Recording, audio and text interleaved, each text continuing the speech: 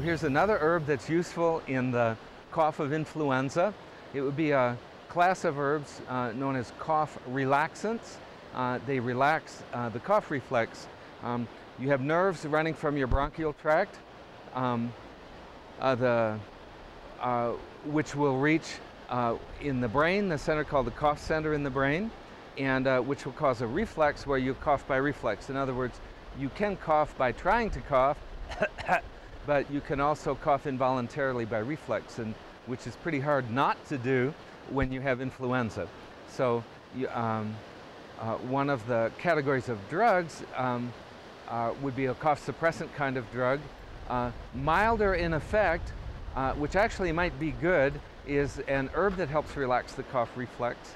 The problem with using drugs to suppress that reflex completely is because then you don't clean the airway. Then you don't cough at all, and you don't clean the airway.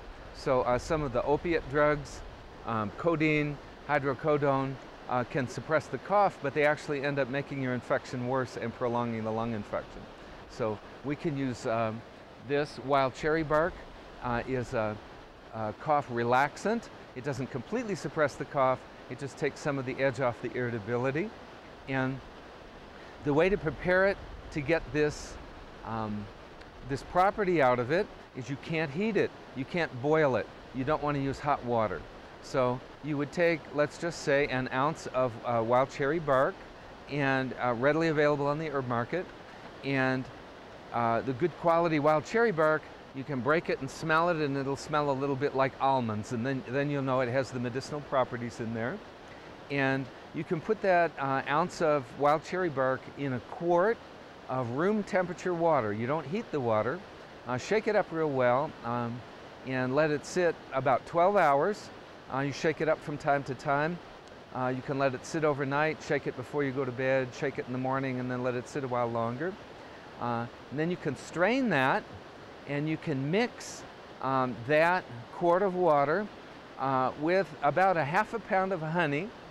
And this isn't something you can keep very long.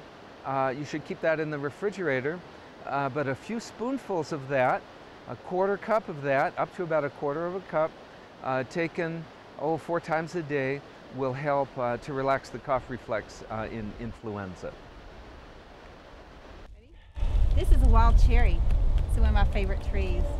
You can tell a wild cherry by the horizontal kind of striations and changes in color that you get. And the bark is also always kind of roughed up and oozing resin here and there, and that's pretty common with a wild cherry. And if you can find a tree that's oozing resin, that is the supreme medicinal part of the tree. And I always try to get a little resin to have dry and have for medicine over the winter. Now, I think most people know wild cherry for its role in cough medicines and syrups. And it is excellent to reduce the cough reflex and kind of bring up some phlegm and get things moving there. So that is a good use.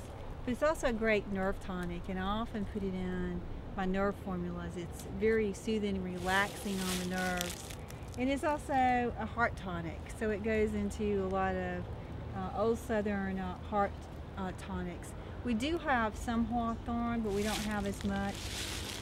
We tend to use more sumac and wild cherry in our heart tonics than we do hawthorn when we're looking at just really regional tonics.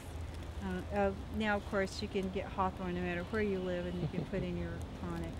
But wild cherry is one of my favorite trees, and I use a lot of it. I tend to just kind of stick wild cherry in formulas to help them work a little bit better.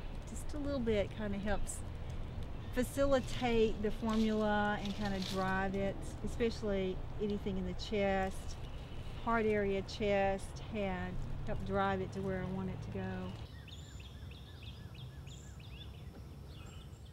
In 1886, Dr. John Ray Lloyd said that wild cherry was the single most popular medicinal plant found in the households of America.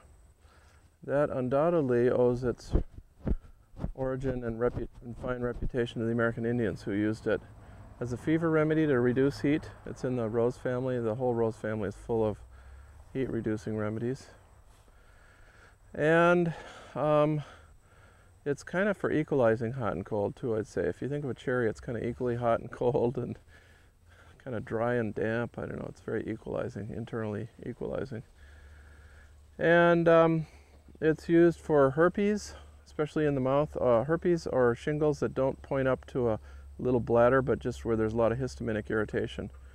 And in fact, that's its keynote. It's excellent for histaminic irritation. In fact, we're going to show you some spots on the tree here where it's damaged. You can just see that kind of reddishness where it's been damaged, and it's kind of like histamine, like red irritable tissue around a wound. It's specifically indicated when there's an exaggerated histamine response, like in you get a cut and you get a cherry red kind of redness all around it. This is the wild American cherry. The European cherry has some similar uses, probably quite similar. The stem of the cherry was used as a diuretic, which we don't have in our tradition. Also, the cherries and cherry juice has been used for gout. High in flavonoids, cherry and wild cherry, good for cutting down heat. Anytime, the single most significant symptom of excess histamine is like an irritation of the throat, like a irritable cough. And so we have cherry cough drops for that. And that's the first symptom that usually occurs when people are taking too much of their ACE inhibitors. ACE inhibitors cause release of bradykinins that are basically just the same thing as histamine, and so people with too much get that irritable throat like that.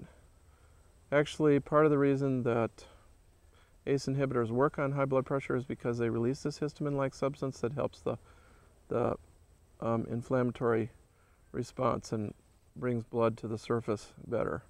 So this remedy probably works on high blood pressure as well, like some of its cousins, like hawthorn. And in fact, this is in an old Anishinaabe Ojibwe heart tonic, which is 1 part wild cherry bark, 1 part poplar bark, and 1 part white oak bark.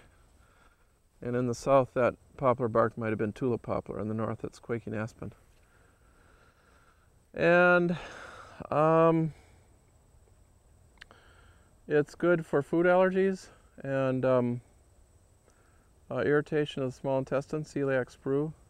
I don't find that you can cure celiac sprue, but you can often reduce the symptoms so that they can exist fine as long as they don't eat the things that upset them. You know, by the time you're past 3 or 6 years of age, your immune system is, maybe even by the time you're born, your immune system is kind of fixed.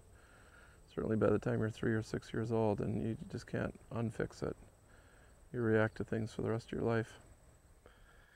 And wild cherry and hawthorn are 2 remedies, and peach leaf, 3 remedies that reduce histaminic reaction and also the overreaction of the immune system. And they're all from the rose family. Here we see it's roughening. This got injured by a young buck, like scraped his antlers off on it, and this got injured, so we see the characteristic mature appearance of the plant there. So